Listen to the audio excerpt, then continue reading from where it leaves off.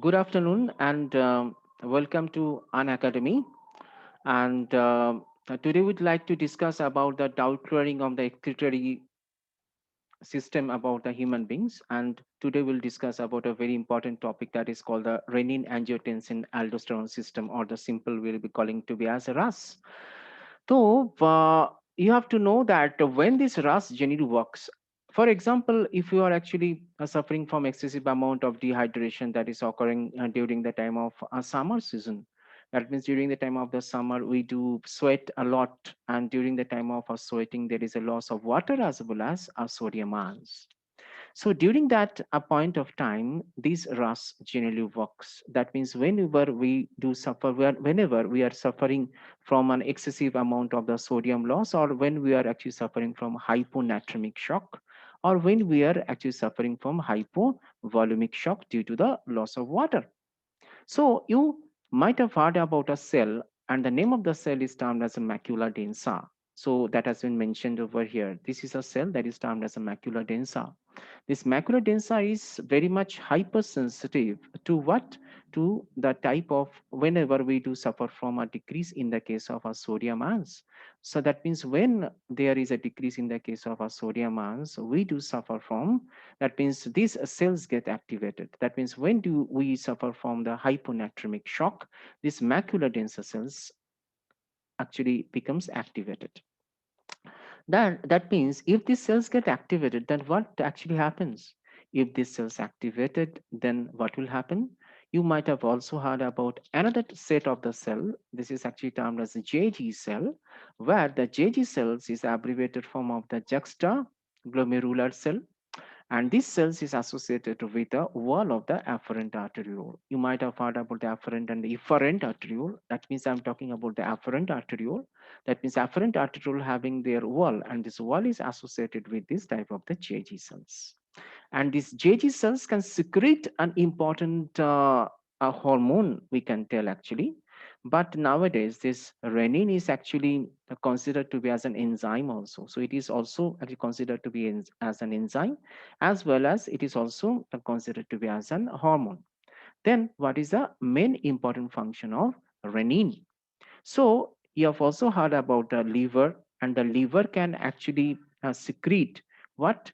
The type of that is you might have heard about the angiotensinogen, which is a type of plasma protein, and which is an inactive form.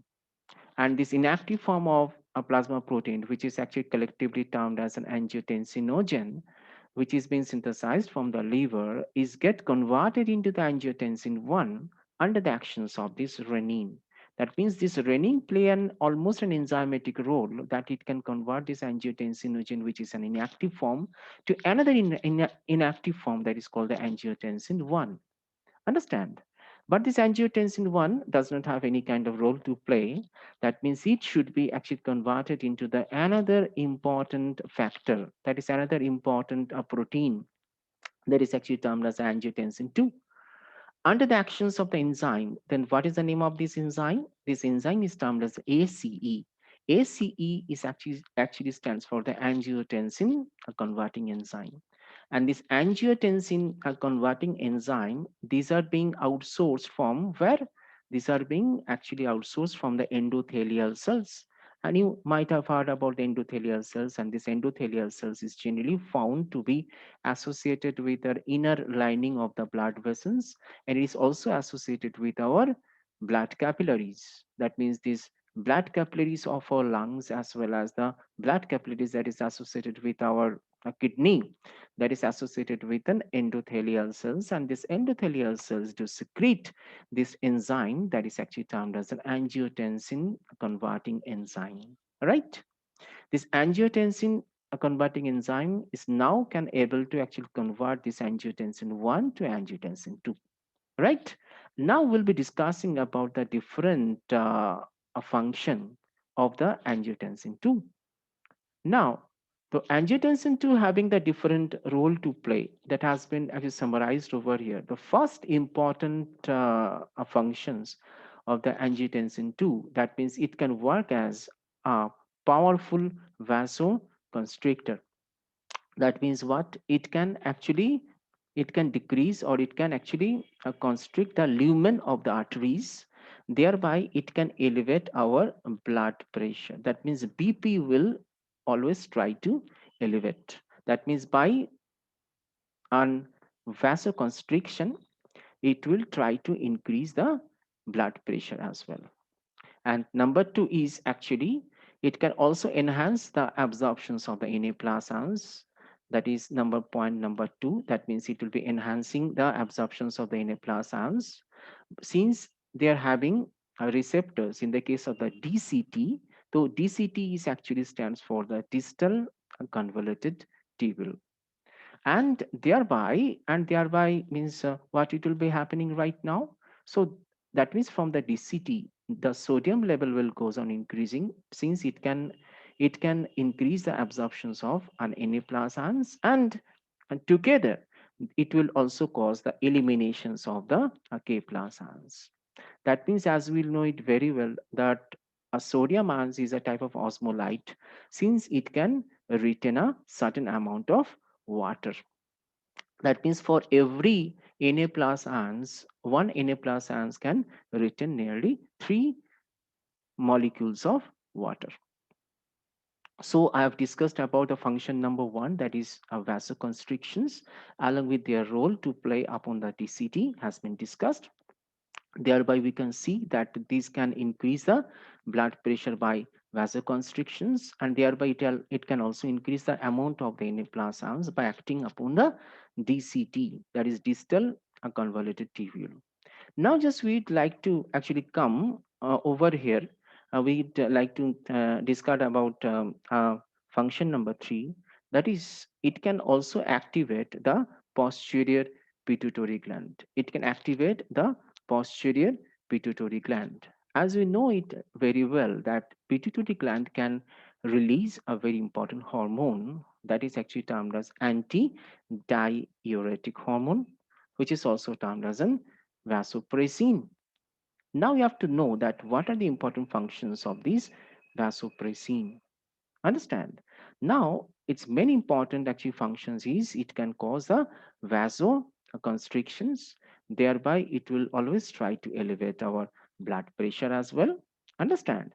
And it will also try to retain our urine. Thereby it can also increase the concentrations of the urine, and thereby it will decrease the urine output. That means we can indirectly say the basic functions of this ADH or the vasopressin. That means it can cause an vasoconstrictions and retentions of the water. Thereby, it can actually increase our blood volume, and along with it can also increase our blood pressure. Then comes the important function number four. That means I'm talking about the angiotensin 2. That means I'm talking about the functions of angiotensin 2. I'm now will be talking about a function number 4. The function number 4 is actually it can activate the zona glomerulosa. So what are its important function? So it is an outer layer of the adrenal cortex, and this adrenal gland is actually associated with an if it is a kidney actually, if it is our kidney actually, then this adrenal gland is being situated at the above, that means at the apical part of a kidney. So they are having the two layers as well. So one layer is termed as a cortex, okay, and the inner layer of this gland is termed as a medulla, okay. And this type of a cortex, they also do having the outer layer. It's outer, they are having the three layers as well. They're having the three layers as well. And the outermost layer is actually termed as an zona glomerulosa. Understand? So it is the outermost layer. Outermost layer, okay, of adrenal cortex. And they can actually secrete a type of an hormone, which is a type of a steroid hormone, and it is termed as aldosterone, and whose alternative name is actually termed as an mineralocorticoid, whose alternative name is termed as an mineralocorticoid. So It is a type of an important actually hormone, and the name of the hormone is termed as an mineralocorticoid. Now, what are its important role? That means this aldosterone having a very important role to play over here. First of all, it can also activate the DCT, that is called the distal convoluted tubule, and thereby it can help in the absorptions of the sodium ions and the eliminations of uh, K plus ions. Thereby, its main intention is to return as much as Na plus ions, that is called osmolytes. Thereby, it will be try to always increasing our blood pressure as well. Understand? And last but not the least, the important function, the last important actually functions of this, we can tell that this angiotensin 2 is actually to activate our sympathetic stimulations. That means it can cause a sympathetic stimulation. Thereby, it can actually helping for a release of the adrenaline, as we know that it is a very powerful stress hormone, which is alternatively, it is also termed as an epinephrine, which is a type of an amine hormone. And they're having the four important a role to play. So it can also increase the amount of the Na plus ions. That means it can also can increase the amount of the Na plus ions. Thereby, it can also decrease the um, K plus ions by their eliminations, and thereby it can increase our heart rate as well. And if the heart rate goes on increasing, automatically our cardiac output will goes on increasing. Thereby, the net outcome of the RAS. That means I mean, net outcome means what?